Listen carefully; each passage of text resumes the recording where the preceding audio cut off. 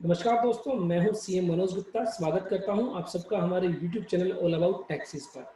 अगर आप एक अकाउंटेंट बनना चाहते हैं, अकाउंटेंट लाइन में अपना करियर बनाना चाहते हैं, तो ऐसे में आप ज्वाइन कर सकते हैं हमारे बी ए स्मार्ट अकाउंटेंट कोर्स को, जिसके अंदर आपको जो है expert knowledge regarding accounting, income tax, GST, TDS provide की जाती है।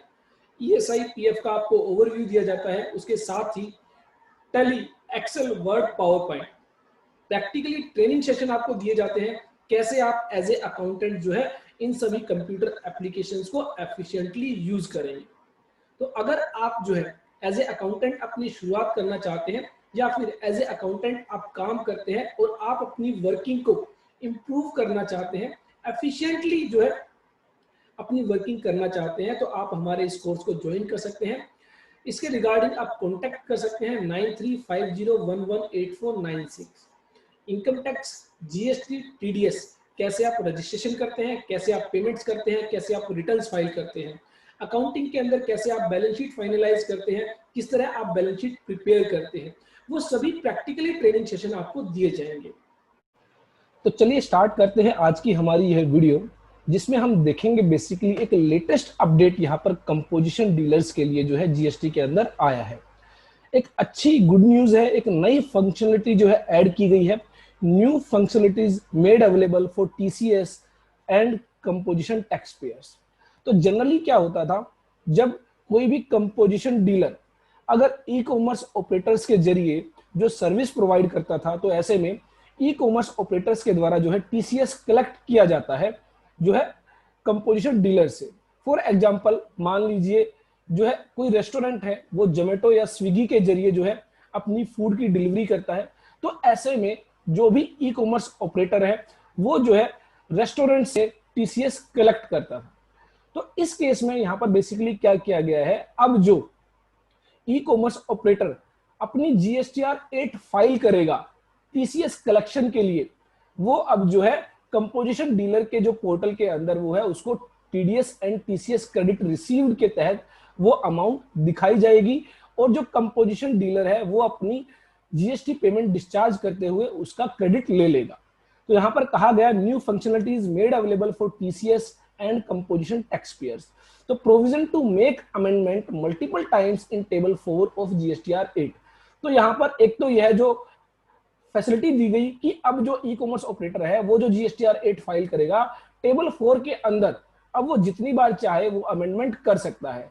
Earlier, if no action was taken on TCS details auto-populated in TCS credit form by the supplier, or if the same were rejected by them in the said form, the TCS could amend the details only once. तो supplier के द्वारा अगर मान लीजिए उसको reject कर दिया जाता था या फिर कुछ भी नहीं किया जाता था, तो इन दैट सिचुएशन जो है ई कॉमर्स ऑपरेटर जो है उसको सिर्फ एक ही बार अमेंड कर सकता था। लेकिन अब जो यहां पर मल्टीपल टाइम जो है अमेंड करने की फैसिलिटी दे दी गई। Based on request received from stakeholders, the restriction of amending the transaction detail only once in the table 4 of form GSTR 8 has now been removed. तो अब जो है मल्टीपल टाइम्स अमेंडमेंट की जा सकती है। The details of table 4 of form GSTR 8 can now be amended multiple times by e-commerce operator liable to collect tax at source under section 52 while filing their form GSTR 8. उसके बाद यहां पर बताया गया जो कंपोजिशन टैक्स पेयर्स है उनके case में क्या होगा। उनके केस में एक टैब जो है TDS and TCS credit received जो है उनको दिखाई देगा, और वहां पर वो उस फॉर्म को फिल करेंगे और अकॉर्डिंगली जो उनका टीसीएस जो उनसे कलेक्ट किया गया था वो उनके कैश लेजर में शिफ्ट कर दिया जाएगा, और जिसका वो जो है टैक्स लायबिलिटी डिस्चार्ज करते हुए क्रेडिट ले लेंगे। The tax payers under composition scheme who are permitted to make supplies through e-commerce operators, for example restaurant services, will now be able to view and take necessary action in their TDS TCS credit received form. The amount of tax collected at source reported by the ECO e-commerce operator in form GSTR 8 will now be populated in TDS TCS credit received from respective composition taxpayer. The amount so reported by the e-commerce operator will now be available to respective composition taxpayer for accepting or rejecting the same. अगर accept करेंगे तो आपके cash ledger में shift हो जाएगा, और अगर आप रिजेक्ट करेंगे तो सप्लायर के पास करेक्शन के लिए वापस से भेज दिया जाएगा। For accepted transaction, the amount would be credited to cash ledger of composition taxpayer after successfully filing of TDS TCS credit received form. For rejecting transactions, the amount would be shown to e-commerce operator for correction.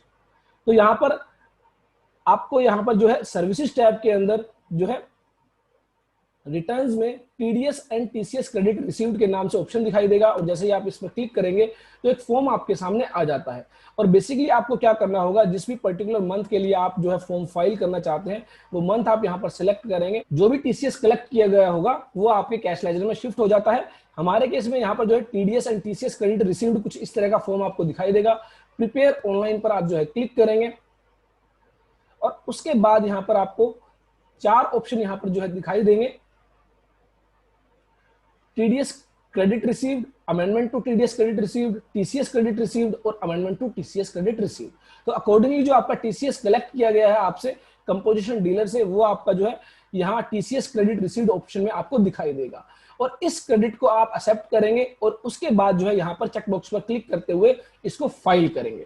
File करने के बाद ये जो TCS credit होगा ये आपके जो है कैश लेजर में शिफ्ट कर दिया जाएगा, और आप जो है अपनी CMP 08 के जरिए जब पेमेंट डिस्चार्ज करेंगे तो वहां पर उसको यूज कर पाएंगे। तो ये बेसिकली एक नई फंक्शनलिटीज यहाँ पर जो है जीएसटी के अंदर दी गई है। आई होप यह आपके लिए यूजफुल होगी।